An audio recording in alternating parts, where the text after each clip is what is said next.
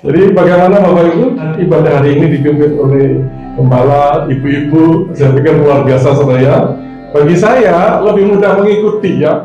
Tapi kalau yang mimpin anak muda seperti siapa Stefani atau siapa, saya hanya bisa ikut dari hati karena mereka lompat-lompat ketika bersuka cita ya. Kalau ibu-ibu tadi kan tidak sampai lompat-lompat ya, hanya bergerak aja dengan semangat ya.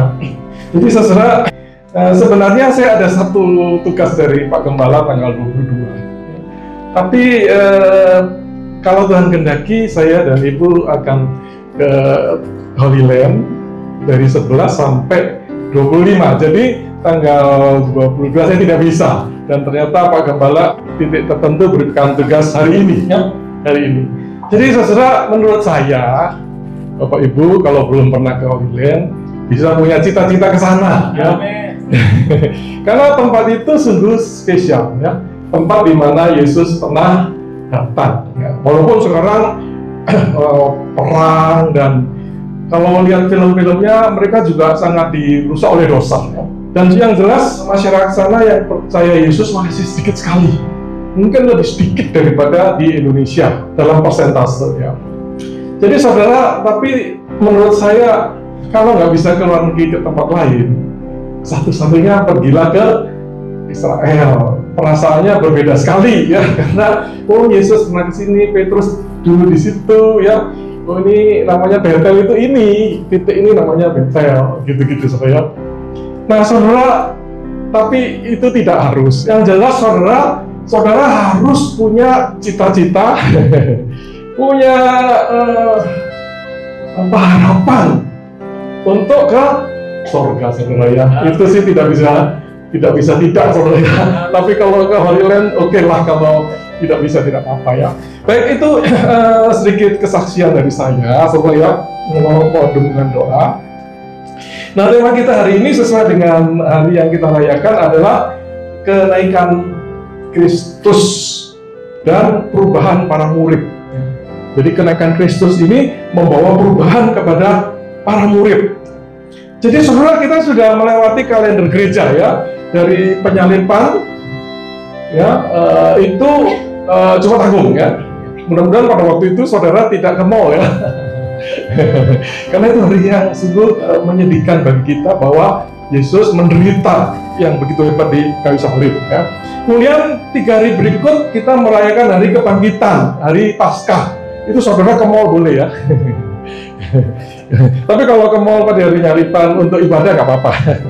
Tapi kalau untuk senang-senang saudara pada hari-hari itu sampai hari Minggu, hari Jumat, Sabtu, Minggu, itu hari yang sungguh kita harus berempati betapa Tuhan Yesus sedang menderita begitu hebat untuk penebusan dosa kita. Nah saudara, kemudian hari ini adalah 40 hari setelah Yesus itu bangkit. Nah, ini adalah hari kenaikan ya, hari kenaikan. Saudara, dalam 50 hari antara hari kebangkitan sampai nanti hari Pentakosta adalah masa Paskah. Jadi nanti kita tinggal satu kalender gereja lagi yang penting adalah hari Pentakosta, Roh Kudus dicurahkan. Itu 10 hari lagi. Jadi minggu ini, minggu akan datang ini, minggu berikut lagi saudara ya, 10 hari. Itu supaya saudara ada bayangan hari-hari penting untuk kita, itu seperti itu saudara ya. Nah saudara, kenaikan ini memiliki arti yang penting karena melengkapi apa yang Yesus lakukan ya, menyelesaikan misi Tuhan di dunia, dan yang jelas bagi kita, bagi para murid itu membawa perubahan saudara. Nanti kita baca dari bacaannya ya. Jadi saudara, dari para murid yang mula-mula itu down ya, melihat Tuhannya yang diharapkan menjadi orang hebat itu tahu mati di kayu salib ya, tentu ini sesuatu yang membuat mereka itu hancur saudara ya. Dan tidak heran kemudian mereka bersembunyi ya, mereka ketakutan kalau Tuhannya ditangkap dan dihukum disalib oleh orang Yahudi ya. Kemungkinan berikut lagi adalah kami ini, para muridnya ini gitu saudara ya.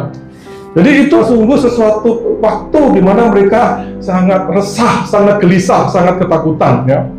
Nah saudara, kemudian Yesus bangkit ya, mati bangkit. Yang bertemu pertama adalah Magdalena ya, wanita ya. Dan kemudian memberitahu para murid. Dan yang mengherankan, para murid tidak percaya, saudara, bahwa Yesus sudah bangkit, itu tidak percaya. Saudara, jadi setelah kemudian Yesus datang ya. Kalau mungkin khotbah lalu mestinya seperti itu ya.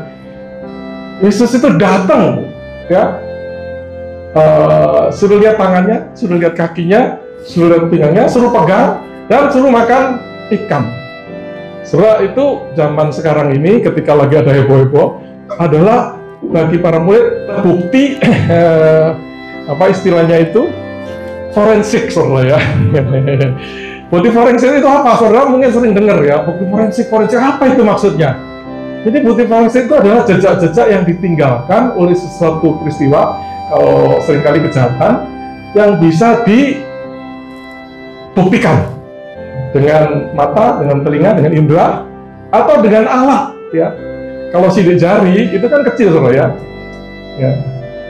Kalau saudara mata Superman bisa lihat, tapi mata biasa tidak bisa, jadi harus pakai mikroskop. Nah, itu yang namanya bukti forensik, saudara ya. Jadi apa yang Tuhan Yesus lakukan dengan menampakkan diri adalah bukti forensik. Dia itu bangkit dan sekarang dia memiliki tubuh ya, walaupun tubuhnya agak lain ya, karena dia bisa masuk ruangan tanpa ketok pintu, saudara. Tahu-tahu datang di tengah-tengah kita ya. Tapi tetap itu tubuh karena dia bisa makan, saudara ya. Bisa dipegang, bisa dilihat ya, bisa dikenali ya. Itu berarti betul-betul tubuh ya. Nah, itu yang sedang terjadi, saudara ya. Jadi saudara, sebenarnya kenaikan itu adalah peristiwa perpisahan ya. Dan saudara, kalau kita pisah itu kan sedih ya. Dengan orang yang kita kasihi itu kan sedih, saudara ya. Apalagi kalau perpisahan itu final ya, meninggal. Wah, kapan ketemu lagi? Apa bisa ketemu lagi? Ya, itu kan sungguh menyedihkan. Dan saudara, para murid ini harusnya kan sedih ya, karena akan berpisah ya, sebagai manusia tidak tahu ya kapan ketemu Yesus lagi. Jadi seharusnya itu sungguh peristiwa yang menyedihkan ya. Tapi saudara, kalau kita baca nanti, mereka itu kemudian dipenuhi dengan sukacita yang besar. Nah, ini apa yang terjadi sehingga itu terjadi gitu, saudara ya. Itu yang kita ingin pelajari hari ini ya. Jadi pada waktu kenaikan itu perpisahan ya, tapi kemudian mereka itu menyembah Dia dan pulang dengan penuh sukacita dan keberanian gitu, saudara ya. Siap untuk diutus, tapi tunggu dulu sampai Roh Kudus datang ya. Nah, saudara, bagaimana dengan sikap kita ya? Kalau ikuti ibadah tadi, saudara ya, sebenarnya sudah mencerminkan apa yang ingin kita renungkan di dalam firman Tuhan ini ya. Ada penyembahan, ada sukacita ya, ada dorongan untuk hidup sebagai umatnya dan sebagainya. Itu adalah inti firman Tuhan hari ini, saudara ya. Nah, mari kita baca bacaan kita hari ini, Lukas 24, 50, 53. Lukas 24, 50, 53. Saya bacakan saja, saudara ya. Judulnya adalah kenaikan Yesus. Lalu Yesus membawa mereka ke luar kota sampai dekat Betania. Di situ Ia mengangkat tangannya dan memberkati mereka. Dan ketika sedang memberkati mereka, Ia berpisah dari mereka dan terangkat ke sorga. Mereka, para murid, sujud menyembah kepadanya. Lalu mereka pulang ke Yerusalem dengan sangat bersukacita. Ya, itu yang mengherankan, saudara ya. Mereka senantiasa berada di dalam bait Allah dan memuliakan Allah. Jadi demikian firman Tuhan yang kebahagiaan kalau kita membaca, merenungkan, mengalami firman itu, saudara. Jadi saudara, tentang kenaikan ini hanya Lukas dan Markus yang menulis ya. Dua Injil yang menulis, Lukas dan Markus. Kalau Matius itu tidak ada, saudara ya. Diakhiri dengan amanat agung ya. Nah, Yohanes itu juga tidak menulis, tapi dia memberikan satu kisah kenaikan, seperti kenaikan ketika dia bertemu dengan Magdalena. Dia mengatakan, aku akan naik bertemu dengan Bapakku dan Bapamu, bertemu dengan Allahku dan Allahmu.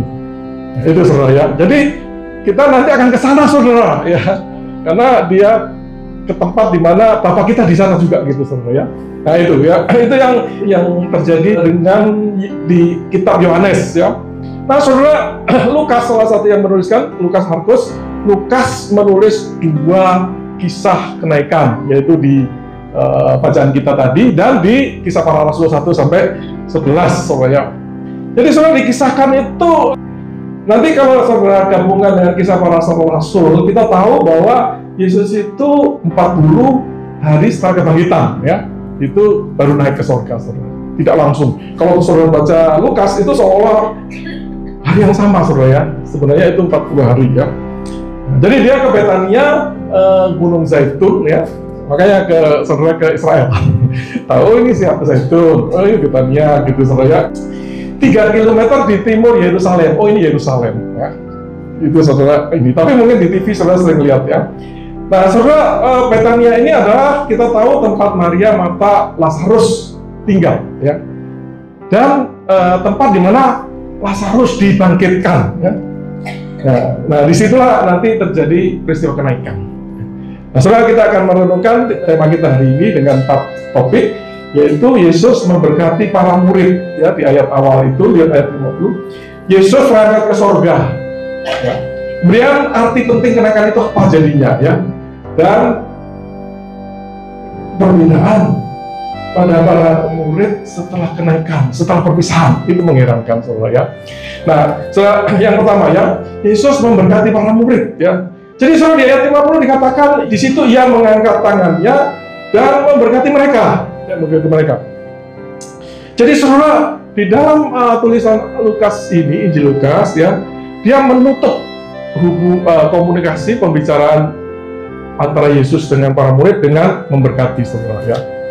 Memberkati dengan mengangkat tangannya ya. Kemudian dia pisah, berarti habis itu tidak ada komunikasi lagi ya, yang mereka alami seperti biasanya ya. Jadi saudara, di sini Yesus memberkati untuk mempersiapkan para murid ya. Para murid ini perlu berkatnya supaya bisa hidup tanpa bersama dengan dia secara fisik ya. Jadi saudara, ini seperti di Perjanjian Lama ada berkat kepada umat setelah persembahan ya. Setelah persembahan berkat, dan salah satu berkat yang terkenal adalah berkat Harun ya, yang sering kita dengar di mimbar ini saudara ya. Jadi saudara, kita sering mendengar, tidak heran kita sering mendengar atau selalu ya mendengar hamba Tuhan pada akhir ibadah memberkati ya, melalui hamba Tuhan siapa saja ya, khususnya gembala kita ya. Nah saudara, seringkali saudara dan saya ini menganggap berkat itu baik, tetapi tidak begitu berdampak saudara ya. Ya, tidak heran ada yang berkat belum disampaikan sudah pada keluar ya, ada pulang ya. Karena sudah kepikiran mau apa, kebaktiannya ngolor. Wah, saudara pergi, saudara kehilangan hal yang sangat penting di dalam ibadah itu, yaitu berkat. Karena berkat itu bukan dari gembala saudara ya. Gembala hanya dipakai untuk menyalurkan berkat dari Allah saudara ya. Jadi saudara, berkat itu bukan sesuatu yang biasa-biasa saja atau kecil artinya saudara. Berkat itu adalah sesuatu yang sangat berarti ya bagi orang percaya seperti kita ya. Jadi saudara, para murid kalau tidak diberkati tidak akan bisa melakukan tugasnya yang berat itu ya. Hidup di penuh tantangan, masih harus memberitakan Injil ya. Itu tidak bisa tanpa berkat yang menyertai saudara ya. Dan saudara, kalau toh zaman sekarang saudara merasa bisa melayani tanpa diberkati oleh Tuhan, maka pada dasarnya apa yang kita lakukan itu sia-sia saudara ya. Kenapa saudara? Karena kita ini melakukan menjalani kehidupan ya, dan melakukan pelayanan itu adalah untuk Tuhan kita ya, yang menuntut sesuatu yang dilakukan dari hati ya, atas namanya, untuk kemuliaannya ya. Itu tidak bisa tanpa diberkati saudara. Karena kalau apa yang kita lakukan itu atas kemampuan kita sendiri, nyanyi dengan hebat ya, kan banyak artis nyanyi lebih hebat dari kita saudara ya. kita katakan bisa ya membuat ibadah ini semarak, banyak yang datang, saudara ya. Kita mungkin bisa menambah gedung kita dan sebagainya ya. Orang dunia mengatakan sukses, bahkan banyak gereja juga mengaku itu gereja yang sukses, saudara ya. Tapi saudara, tanpa berkat Tuhan ya, pada dasarnya kita sedang membangun sesuatu yang nanti pada akhir zaman disebut dengan kayu, rumput kering, atau jerami yang akan terbakar. Pada waktu kita ketemu Tuhan, apa yang kita lakukan itu, saudara ya, kemudian terbakar nol gitu, saudara ya. Tidak ada artinya. Tapi puji Tuhan ya, ayat ini menunjukkan kita masih di sana, saudara ya. Itu luar biasa, saudara ya. Tapi saudara, daripada kita bertemu Tuhan, kemudian apa yang kita lakukan itu terbakar habis, lebih baik lakukan segala sesuatu dalam berkat-Nya. Sehingga ketika ketemu Tuhan, ya, sekecil apapun yang kita lakukan di mata manusia ada nilainya, saudara. Amin, saudara. Amin ya. Jadi saudara, berkat Tuhan ini membuat apa yang kita lakukan ini tidak sebanding dengan apa yang kita kerjakan. Kalau kita kerjakan, menjelaskan firman Tuhan kepada orang itu, ya dia ngerti, ya. Tapi kalau dengan berkat Tuhan, maka firman itu mengubah hidup orang, saudara, ya. Itu yang tidak bisa dilakukan oleh manusia, ya. Jadi saudara, kalau saudara katakan masalah bekerja, ya, semua bekerja keras, ya, bisa berhasil, ya. Tetapi saudara, kalau tidak diberkati Tuhan, maka akan sangat terbatas, ya. Terbatas mungkin untuk diri saudara sendiri, atau ada batas seberapa jauh saudara bisa capai dan sebagainya, dan tidak bisa memuliakan Allah, ya, karena tidak diberkati oleh Allah. Jadi apapun yang kita lakukan sebagai orang percaya, kita minta Tuhan memberkati. Sehingga apa? Sehingga tidak saja berdampak di tengah lingkungan kita, tapi berkenan kepada Dia. Jadi saudara jangan pulang sebelum diberkati, saudara ya. Amin. Mungkin cuma sini enggak ya Pak ya. Sobat ini tunggu sampai diberkati.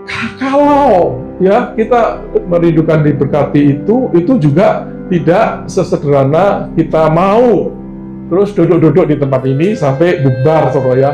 Tapi kita itu perlu bergumul, ya. Kita bisa melihat bagaimana Yakub bergumul dengan malaikat Tuhan agar diberkati, saudara, ya.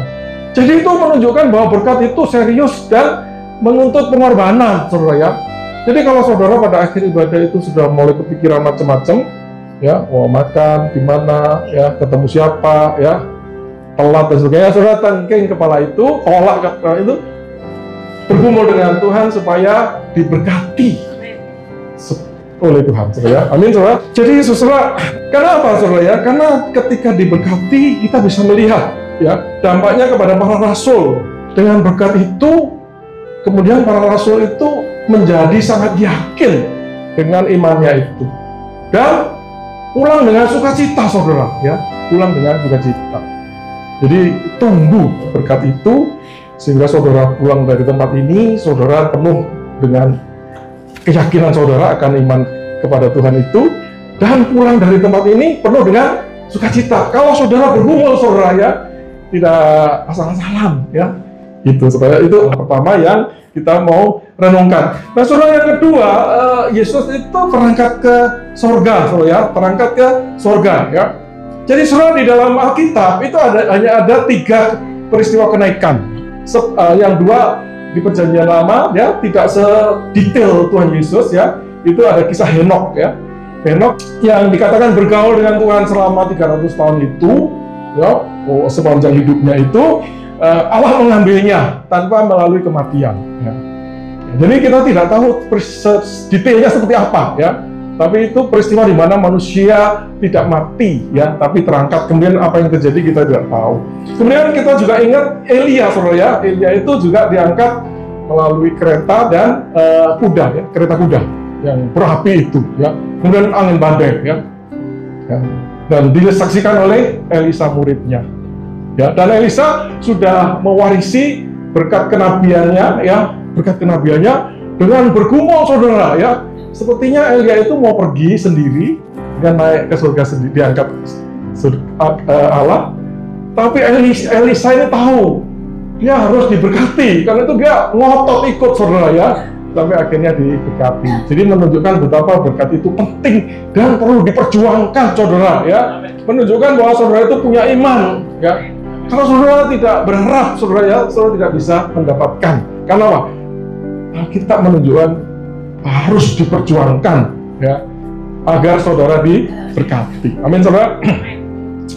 Jadi saudara, Yesus ya, dua kisah itu selesai ya. Sekarang Yesus saudara ya. Jadi Yesus ini sebenarnya ketika habis bangkit tidak menghilang begitu saja ya.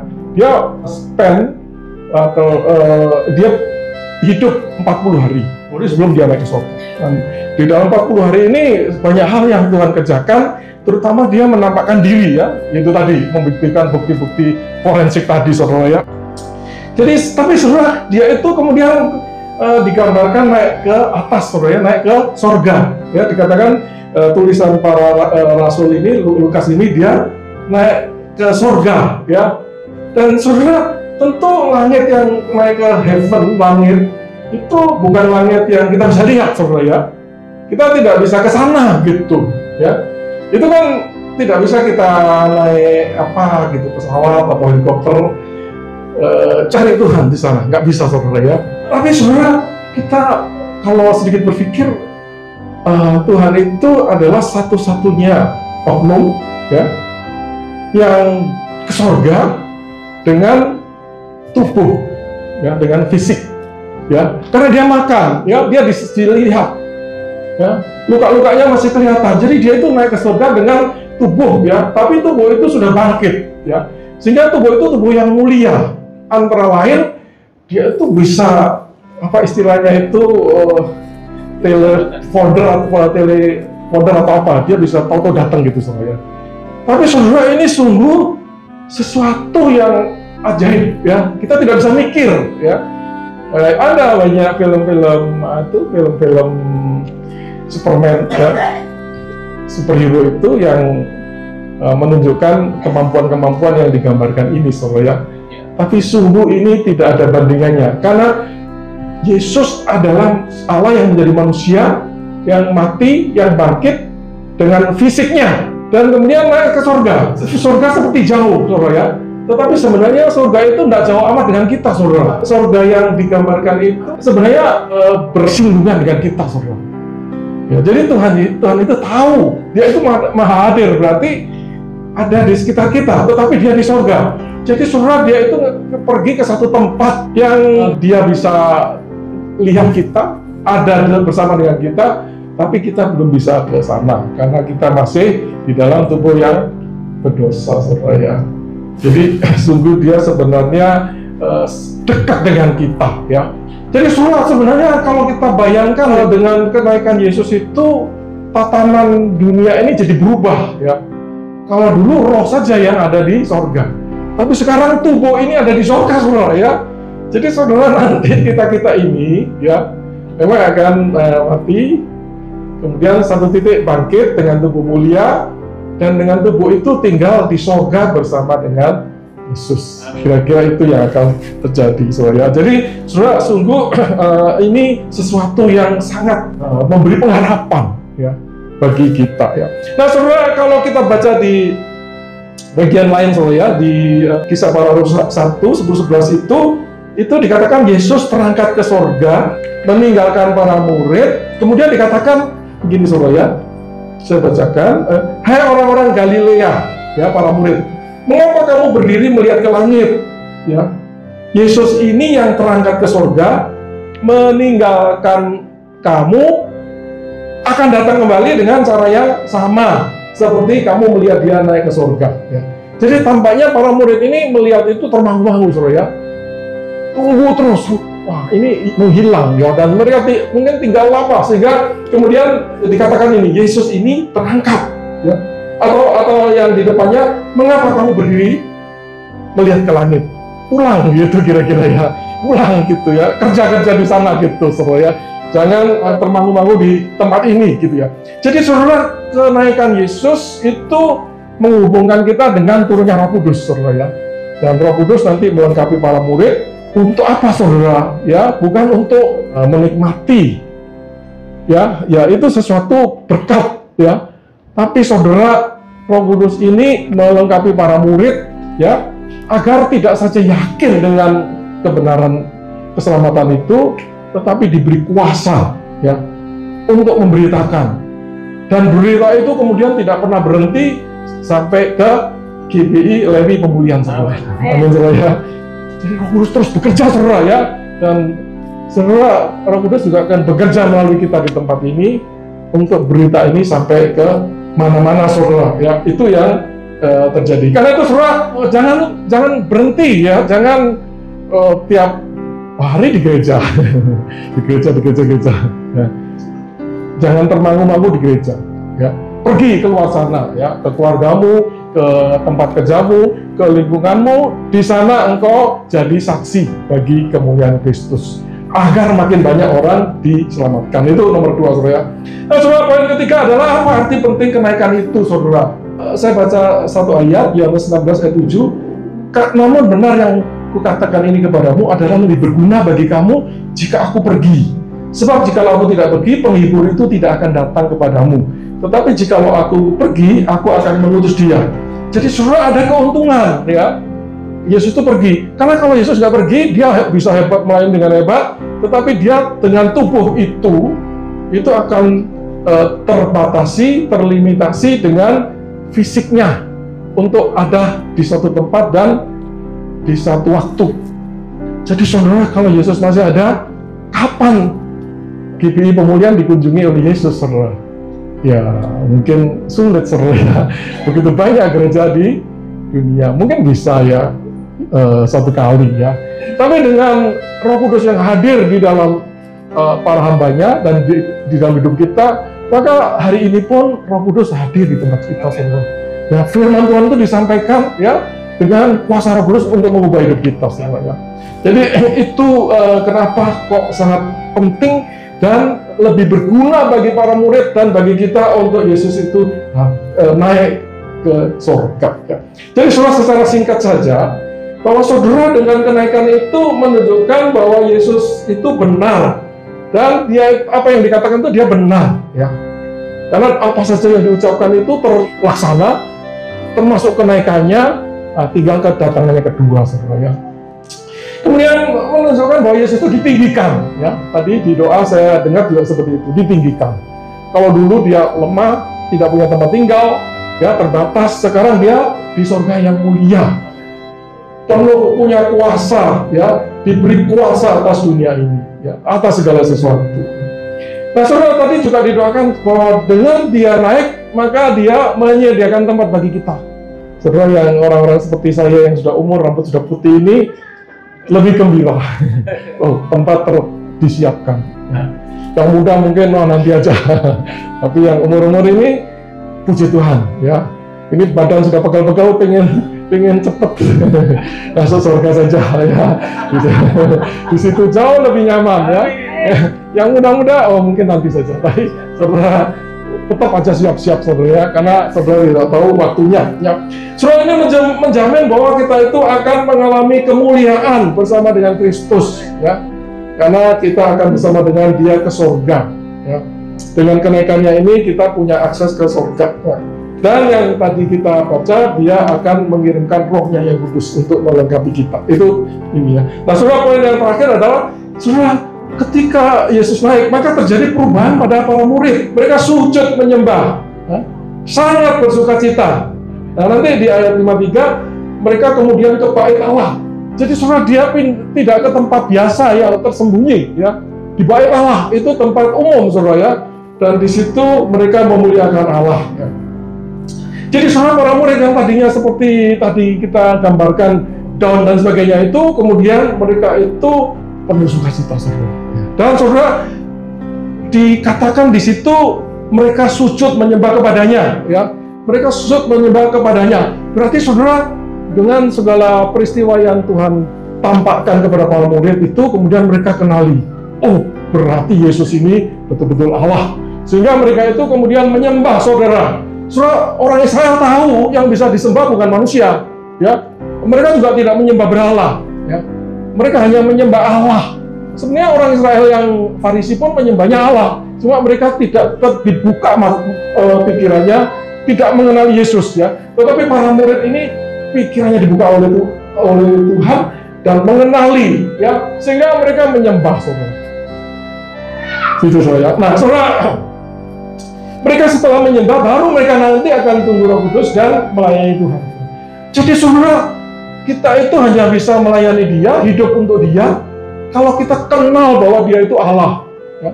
Dan hati kita menyembah Dia saudara ya.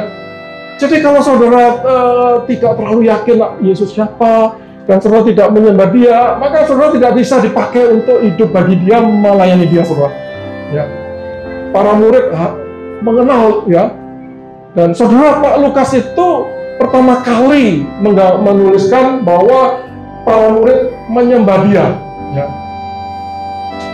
Berarti para murid ini kenal dan kemudian betul-betul menyembah karena Yesus itu adalah Allah ya, yang datang menjadi manusia. Nanti di Yerusalem mereka juga terus tekun menyembah ya di Bait Allah ya, menunggu kedatangan Roh Kudus ya.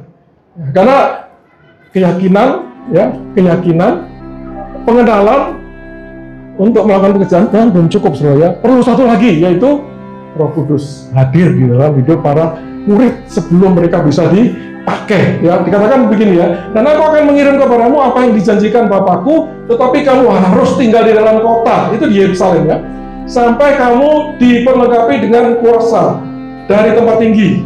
Ya, itu berarti Roh Kudus ya. Jadi Yesus sudah selesai, tapi Dia akan kirim supaya para murid lengkap bisa melayani ya.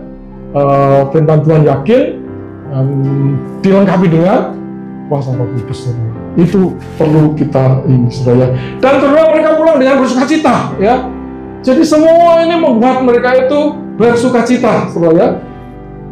Jadi mereka itu yang mestinya susah sekarang pulang dengan sukacita ya.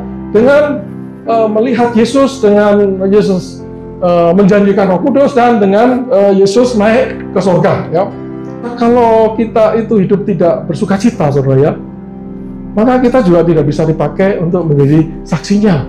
Kemungkinan tidak bersukacita karena kita tidak kenal Tuhan kita dengan jelas ya, tidak tahu, tidak terlalu kenal gitu saudara ya, sehingga kita tidak bisa hidup bersukacita saudara ya. Karena itu saudara, kita perlu seperti para murid ini ya, kenal Tuhan kita ya, menyembah Dia ya, dan kemudian kita akan bersukacita. Kita akan penuh pengharapan saudara ya. Dan kalau kita bersukacita, baru orang lain itu bisa melihat Tuhan di dalam hidup kita. Oh, ini orang Kristen memang berbeda. Ada krisis tetap aja bersukacita ya. Ada apa saja tetap aja bersukacita. Berarti memang mereka punya Tuhan yang berbeda saudara. Jadi saudara, karena itu saudara ya, jangan saudara pulang dari tempat ini tanpa mengalami sukacita itu saudara. Jadi tadi seri ibadah kita itu pertama menyembah ya, kedua bersukacita saudara ya. Itu sungguh luar biasa saudara. Kenapa? Karena harus kita memang menyembah Dia, dan kemudian kita harus hidup bersukacita, baru kita itu bisa menjadi garam dan terang di lingkungan kita nanti saudara. Kalau saudara pulang biasa-biasa saja, maka mereka melihat orang Kristen juga sama saja ya. Terus orang Kristen juga bohong-bohong, orang Kristen juga caranya sama saja, nipu-nipu. Banyak juga yang ditangkap KPK gitu saudara ya. Tapi kalau saudara pulang dari sini menyembah Dia dan bersukacita, saya yakin saudara tidak akan seperti mereka saudara. Amin. Jadi saudara, karena itu bergumullah untuk kenal Dia, menyembah Dia, dan bergumullah untuk mengalami sukacita Dia saudara ya. Maka hidup kita akan berbeda ya. Itu renungan kita hari ini ya. Nah saudara, sedikit penutup dari saya ya. Jadi saudara, kita hari ini memperingati ke hari kenaikan ya. Ini sesuatu yang tahapan yang penting ya. Dan ini adalah titik balik bagi kekristenan yang tadinya seperti kalah, seperti susah gitu ya, tidak ada kemuliaannya. Kemudian Yesus naik ke surga ya, dan Dia ditinggikan ya. Dia pegang kuasa ya, dan Dia melakukan tugasnya di sana menjadi syafaat kita. Jadi saudara, Yesus itu sedang terus berdoa supaya kita ini selesai dengan perjalanan kita, sukses ya, sukses bukan dengan dunia, tapi dengan perjalanan rohani kita sampai ketemu dengan Dia. Itu yang sedang Dia lakukan, saudara. Sehingga saudara tidak heran bahwa fakta bahwa Kristus bangkit ini, naik ke surga ini dituliskan di dalam berbagai pengakuan iman. Supaya saudara itu tahu dan yakin ya. Kalau di gereja, banyak gereja itu diulang-ulang saudara ya. Supaya saudara, oh iya betul, satu kali aku akan bersama dengan Dia di surga, naik ke surga gitu. Di pengakuan iman GBI yang saya dapat itu di poin ketiga dari 7 dikatakan Yesus yang lahir, mati, bangkit, naik ke surga adalah juru selamat dan seterusnya ya. Jadi saudara, kita itu mengakui dan kita percaya bahwa Dia naik ke surga, saudara ya. Karena di situ pun rahasia bagaimana kita itu bisa hidup menyembah Dia dan bersuka cita, saudara, dan dipakai oleh Dia ya. Kalau tuntas ini saudara ya, kalau Yesus mati, bangkit, terus nggak jelas kemana, kita nggak selesai saudara ya dengan apa yang Tuhan lakukan itu. Karena Tuhan sudah mengatakan Dia akan naik saudara ya. Itu di perjanjian lama saudara bisa cari ya. Nah saudara, ketika Dia naik, maka itu sungguh menggenapi apa yang dituliskan tentang juru selamat kita, dan itu mengubah saudara ya, sehingga para murid ini mengalami apa yang kehidupan yang seharusnya, yaitu damai, mengalami damai yang terus pada waktu penamaan Yesus diberikan ya. Kemudian penjelasan bukti-bukti kemanusiaannya itu, dan menjelaskan Alkitab sehingga mata para murid terbuka dan akhirnya mereka kenal, oh iya ini Tuhan saya. Dan mereka sangat bersuka cita ya. Jadi bukti-bukti kebenaran itu, bukti forensik itu ya, anugerah Tuhan membuka pikiran para murid ya, itu membuat kita mengerti Injil dan akhirnya kita bisa menyembah Dia saudara. Jadi saudara, kesimpulannya saudara ya, kalau saudara taunya tanggung-tanggung, maka saudara tidak mungkin bisa menyembah Dia dengan sepenuh hati dan tidak bisa mengalami sukacita dan damai sejahtera Tuhan. Karena itu saudara, mari ya, kita itu lebih mengenali Tuhan seutuhnya, mengenali Kristus seutuhnya ya. Yaitu Dia itu bukan sekedar manusia, Dia bukan sekedar juru selamat, tapi Dia adalah Allah itu sendiri saudara, yang adalah bagian dari Allah Bapa, Allah Putra, Allah Roh Kudus ya. Sehingga kita itu menyembah Dia dengan jelas saudara. Dia bukan segera cantolan saudara ya. Seringkali kita memang berdoa dalam nama Yesus ya. Tapi sebenarnya Yesus itu adalah Allah saudara. Sampai saudara mengenali Yesus sebagai Allah, maka saudara tidak akan pernah bisa menyembah Dia ya. Nah kedua saudara, mari kita menggali firman Tuhan ya, supaya kita lebih kenal Dia lagi saudara ya. Namanya kita manusia selalu dipenuhi keraguan ya. Pengetahuan kita terbatas ya. Karena itu kita harus terus-menerus belajar ya tentang firman Tuhan, tentang siapa Dia dan apa yang Dia lakukan ya, sehingga kita bisa hidup semakin bersuka cita dan juga menyiapkan hati kita untuk di tengah lingkungan ini kita menjadi saksi bagi Dia saudara ya. Itu Tuhan akan kemudian menyertai. Jadi mari kita mengalami damai sejahtera Dia, sukacita Dia ya, dan siap menjadi saksi bagi namanya. Mari kita berdoa. Tuhan, kami terus meninggikan nama Tuhan yang begitu mulia di dalam karyanya untuk tidak menciptakan kami saja, membiarkan kami, tetapi Tuhan bekerja sedemikian rupa sehingga kami dipastikan di dalam suatu perjalanan ke surga yang mulia, dan di dalam perjalanan ini kami boleh mengalami sukacita yang besar bersama dengan Tuhan. Dalam firman Tuhan ini menguatkan kami dan memberikan kepada kami semangat untuk terus dipakai oleh Tuhan dan memandang kepada surga yang semakin dekat di dalam kehidupan kami ini. Terima kasih Tuhan, ini kiranya Tuhan berkenan apa yang kami renungkan, dan Tuhan terus membimbing kami oleh Roh-Mu yang kudus sehingga firman-Mu sungguh tidak sia-sia tetapi terus berbicara kepada kami. Dalam nama Tuhan Yesus kami berdoa. Amin.